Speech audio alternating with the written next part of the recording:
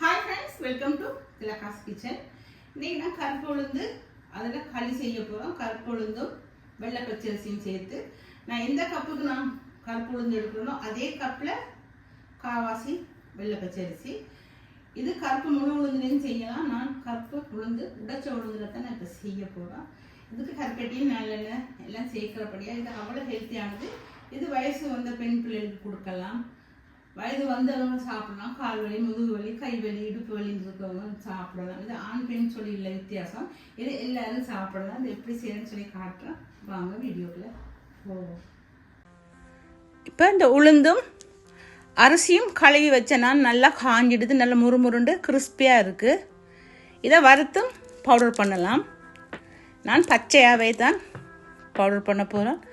ஏண்டா இது நாங்கள் வறுத்து செய்கிறத விட பச்சையாக நாங்கள் பவுடர் பண்ணிவிட்டு நாங்கள் செய்கிறது தான் எங்களுக்கு சத்து நல்ல ஹெல்த்தியானதாக இருக்கும். இப்போ இதுக்கு 1 டம்ளர் நல்லெண்ணெய், 1/4 கிலோ கருப்பட்டி.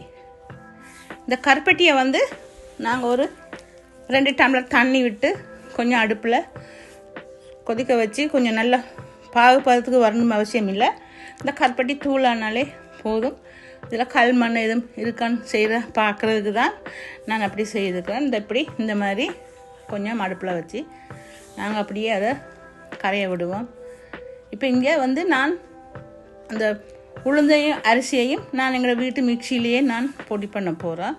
இப்போ 1 கிலோ 2 கிலோ நாங்கள் மில்லில் கொடுத்து எடுக்கலாம். இப்போ நான் செய்கிற அளவே நல்லா தாராளம், 4 பேர் தாராளமாக சாப்பிடலாம். இது செய்யும்போது நல்லா நிறைய வரும். உளுந்து தானே நல்லா பொங்கி நிறைய வரும். அடுப்பில் கிண்ட அவிஞ்சு வெந்து நல்லா வரும். இப்போ இதுக்கு இந்த மிக்சி ஜாரில் போட்டு நான் பொடி பண்ண போகிறேன்.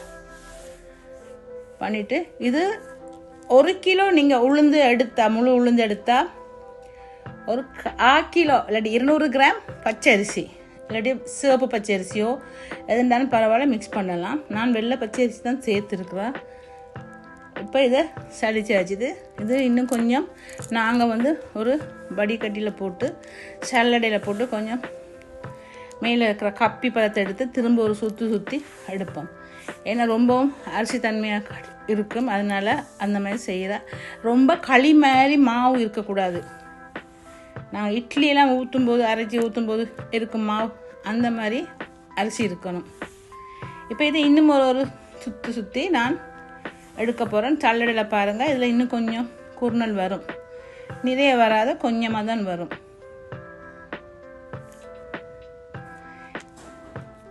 இப்போ இதை மிக்சி ஜாரில் போட்டு திரிச்சு எடுத்துட்டு அதை அப்படியே சேர்த்துருவேன். திரும்பி 2 3 முறை 4 முறைன்னு சொல்லி நான் திரிக்க மாட்டேன். இது நீங்கள் 1 கிலோவா மிக்சியில் கொடுத்து திரிச்சு எடுத்து வச்சிங்கன்னா, இப்போ வீட்டில் 2 பேர் இருக்கிறீங்கன்னா 1/2 டம்ளர் சேர்த்து 2 மேசக்கரண்டி நல்லெண்ணெயும் கருப்பட்டி ஒரு 100 கிராம் சேர்த்து 1/2 டம்ளர் உளுந்துக்கு 1.5 டம்ளர் தண்ணி சேர்க்கலாம். நீங்கள் சேர்த்து கருப்பட்டியும் காய்ச்சினா அதுலேயும் ஒரு 1/2 டம்ளர் வரும், அதுதான் அளவு. இப்போ இது பாருங்கள், இப்போ எல்லாம் ஓகே ஆகிடுது. எல்லாம் திரித்து எல்லாம் எடுத்துட்டேன். இப்போ இதை அடுப்பில் இன்னும் ஒரு பாத்திரத்தை நான் வச்சு அதில் 3 டம்ளர் தண்ணி சேர்க்க போகிறோம். உளுந்து 1 டம்ளர், 3 டம்ளர் தண்ணி. 1 டம்ளர் உளுந்துக்கு 3 டம்ளர் தண்ணி தான் அளவு. கூட சேர்க்கக்கூடாது. அரிசி கூட போட்டிருக்கிறோமே நாங்கன்னு சொல்லி யோசிக்கக்கூடாது. ஏன்னா கருப்பட்டியில் தண்ணி இருக்குது, அந்த தண்ணி சேர்க்கும்போது எல்லாம் அளவாக வரும். இதுகளுக்கு அளவு தான் முக்கியம். நாங்கள் கண்ட மாதிரி தண்ணி ஊற்றி செய்யலாது. கிண்ட கிளற கடைசி வரைக்கும் கிண்டி கொண்டே இருக்கணும். இப்போ இந்த தண்ணியில் நான் அடுப்பு ஒன் பண்ணல, 3 டம்ளர் தண்ணி சேர்த்துட்டேன். இப்போ இந்த பவுடரெல்லாம் இதில் சேர்த்து நான் அடுப்பு ஒன் பண்ணல. இப்போ இதை நல்ல ஒரு அகப்பையாலேயோ ஒரு சிரட்டை இதாலேயோ நல்லா மாவை நாங்கள் கிண்டி கிளறுவோம். ஆனால் இது அவிய வேக இதெல்லாம் கரைஞ்சி போயிடும், கட்டியாக இருக்காது. இந்த மாதிரி எல்லாம் வருது. இப்போ நான் அடுப்பை ஒன் பண்ணியிருக்கிறேன். இப்போ இதுக்கு நெருப்பு ஃபுல்லாக போடக்கூடாது, நெருப்பு கூட சேர்க்கக்கூடாது. இப்போ இந்த கருப்பட்டி தண்ணியையும் நான் இதுக்குள்ளே சேர்த்தோன்னே இப்போ இதுக்கு அரிசிக்கு உளுந்துக்கெல்லாம் தண்ணி அளவாக இருக்குது. 3 டம்ளர், 1 டம்ளர் உளுந்துக்கு 3 டம்ளர் தண்ணி, எக்ஸ்ட்ரா 1/4 டம்ளர் அரிசி சேர்த்துருக்கப்படி அந்த கருப்பட்டி தண்ணி அளவாக இருக்கும். இதுதான் அளவு. இப்போ பாருங்கள், இப்போ எல்லாம் மிக்ஸ் பண்ணியாச்சு. இப்போ நான் 1 டம்ளர் நல்லெண்ணெய் எடுத்து வச்சுருக்கிறேன். அதை நான் இதில் ஃபுல்லாக ஊற்ற மாட்டேன், உடனே ஊற்ற மாட்டேன். கொஞ்சம் கொஞ்சமாக கிளறி கொஞ்சம் கொஞ்சமாக தான் சேர்ப்பேன். நீங்களாம் நல்லெண்ணெய் பிடிக்காதவங்க, சாப்பிடாதவங்க, எண்ணெய் பிடிக்காதுன்னு சொல்கிறவங்க நீங்கள் நல்லெண்ணெய் இல்லாட்டியும் கொஞ்சமாக சரி நல்லெண்ணெய் சேர்த்துக்கோங்க, மிச்சமாக நல்லெண்ணெய் சேர்க்காட்டி. ஆனால் நல்லெண்ணெய் சேர்த்தா தான் அதோட சத்து எங்களுக்கு வேலை செய்யும். இப்போ நல்லெண்ணெயாக பாருங்கள் கொஞ்சம் கொஞ்சமாக சேர்க்குறேன். இப்போ இந்த உளுந்தெல்லாம் பாருங்கள் எல்லாம் கரைஞ்சிடுது. கருப்பட்டி எல்லாம் போட்டு செய்ய அந்த உளுந்தெல்லாம் நல்லா கரைஞ்சி நல்லா அல்வா மாதிரி வருது பாருங்கள். இந்த ரெசிபி நான் 2-3 முறை போட்டிருக்கிறேன். ஒன்று தேங்காய் பால்லையும் செய்திருக்கிறேன், 2ஆம் பால் 3ஆம் பால் எடுத்து இதே அளவில் செய்திருக்கிறேன். இது தண்ணியில் செய்திருக்கிறேன். இதை ஒரு 10 நாளைக்கு வச்சு சாப்பிடலாம், ஃப்ரிட்ஜில் வச்சு சாப்பிடலாம். ஒரு நாளைக்கு ஒரு மேசக்கண்டி கூட நாங்கள் வாயில் எடுத்து மருந்து மாதிரி சேர்த்துக்கலாம், சாப்பிட்டுக்கலாம். அவ்வளோ இது ஹெல்த்தி. லேடிஸ் அந்த அவங்களோட பீரியட்ஸ் டைமில் இதை செய்து வச்சிங்கன்னா ஒரு நாளைக்கு ஒரு மேசக்கரண்டாலும் வாயில் போட்டு ஒரு சுடு தண்ணி குடிச்சிங்கண்டா அவ்வளோ உடம்புக்கு நல்லா இருக்கும். இது பெண் பிள்ளைகள் இல்லை, ஆம்பளை பிள்ளைகள், ஜிம்முக்கு போகிற பாய்ஸ் எல்லாம் சாப்பிடலாம். அவ்வளோ ஹெல்த்தி இது. கை வலி, கால் வலி, முதுகு வலி இப்படி இருக்கிறவங்க இதை கொஞ்சம் மருந்தை விட இது பெட்டராக இருக்கும். மருந்தும் குடிக்க தான் வேணும். இது சாப்பாட்லேயும் இருக்குது. இப்போ நல்லெண்ணெயெல்லாம் நான் சேர்க்குறேன்.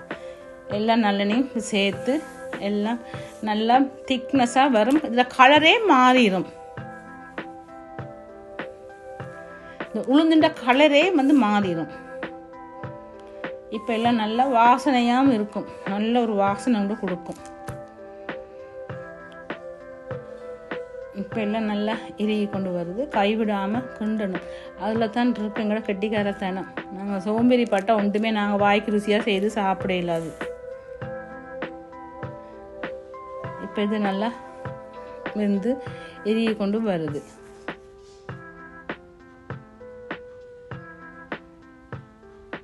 நல்லெண்ணெய், எல்லாம் நல்லெண்ணையும் 1 டம்ளர் நல்லெண்ணெய் தான் அளவு, 1 டம்ளர் உளுந்துக்கு.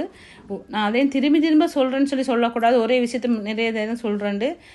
எண்ணெய் பிடிக்காதவங்க, எண்ணெய் விருப்பம் இல்லாதவங்க நீங்கள் இதிலேருந்து 1 டம்ளர் சேர்க்க தேவையில்லை, 1/2 டம்ளர் நல்லெண்ணெய் சேர்த்துக்கலாம். இப்போ நல்லா இறுகி நல்லா வந்துடுது. இப்போ இதே நீங்களும் எல்லாம் செய்து ட்ரை பண்ணி பாருங்கள். வாய்க்கு ருசியான ஒரு ரெசிபி.